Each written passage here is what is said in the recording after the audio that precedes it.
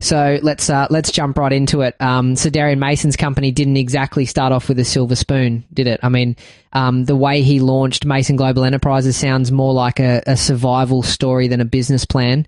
You could say it was forged in a crucible.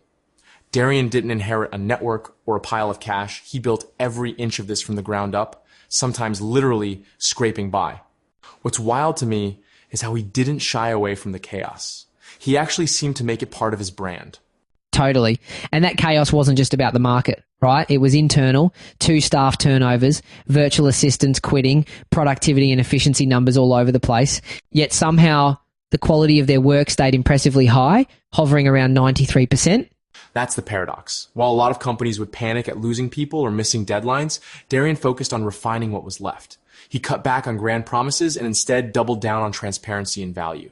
I think that's why the team, especially the folks who stuck around, felt invested. That actually reminds me, let's talk about his team. You've got this fascinating patchwork, legal navigators, life coaches for LGBTQ clients, virtual assistants from the Philippines and Africa, and then some roles just falling flat. Exactly. There's this global reach, but also the reality check. 2 virtual assistants from the Philippines dropped out, but the African VAs from Nigeria and Uganda are sticking around. What stands out is how Darien involves them not as cheap labor, but as actual collaborators, asking for their input on educational resources and workflows. And yet, it's not all sunshine. Some employees, like the business admin or a Pakistani VA, just didn't pull their weight. He had to be blunt about efficiency ratings and give real-time feedback. I imagine that can strain relationships, but it also sounds like it brought some genuine accountability. It definitely does. It's a balancing act, pushing for high standards without burning people out. Darien seems to thrive on that constant tension, even sharing performance scores and inviting criticism, which is pretty rare for a CEO. Funny you say that those performance reviews are almost ritual for him. He's obsessed with numbers, like the 321 appointments he's targeting before August 2027.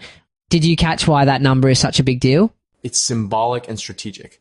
321 ties back to the days in a year, and he's got this unwavering drive to hit at least 88% on every measurable front. Anything less, and he feels it's a personal failure. That intensity, it ripples through the whole company. And it's not just about crossing things off a list. He talks about transparency and accountability as if they're oxygen, sharing both the wins and losses with his team. It's almost therapeutic for him, giving feedback and then genuinely craving constructive criticism. That's what makes it a living company, not just a business. Those daily metrics aren't just data points, they're the pulse of his purpose. And when things get rough, like efficiency dipping below his standards, he actually voices his disappointment. That vulnerability, I think, is why his team buys into the mission. Now, zooming out a bit, the external challenges are just as intense. There's this concept of pneuma, almost like an invisible force that subtly sabotages client acquisition, especially in the cutthroat red ocean markets. What's your take on that?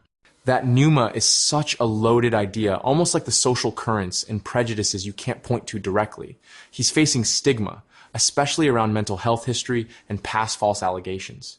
Even the blue ocean opportunities, which should have been easy wins, get poisoned by these undercurrents.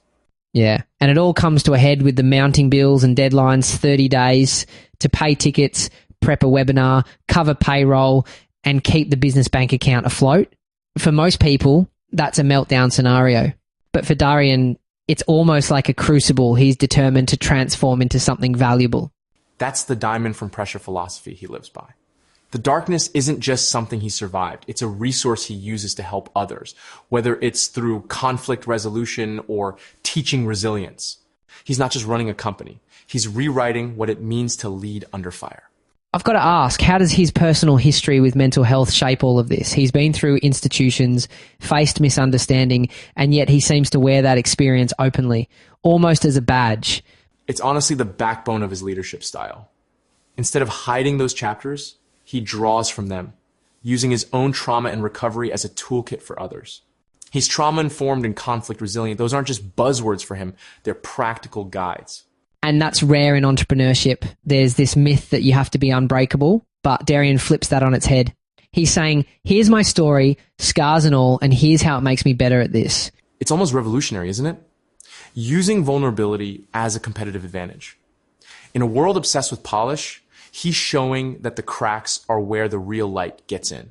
If his path proves anything, it's that resilience isn't just about toughness, it's about transformation.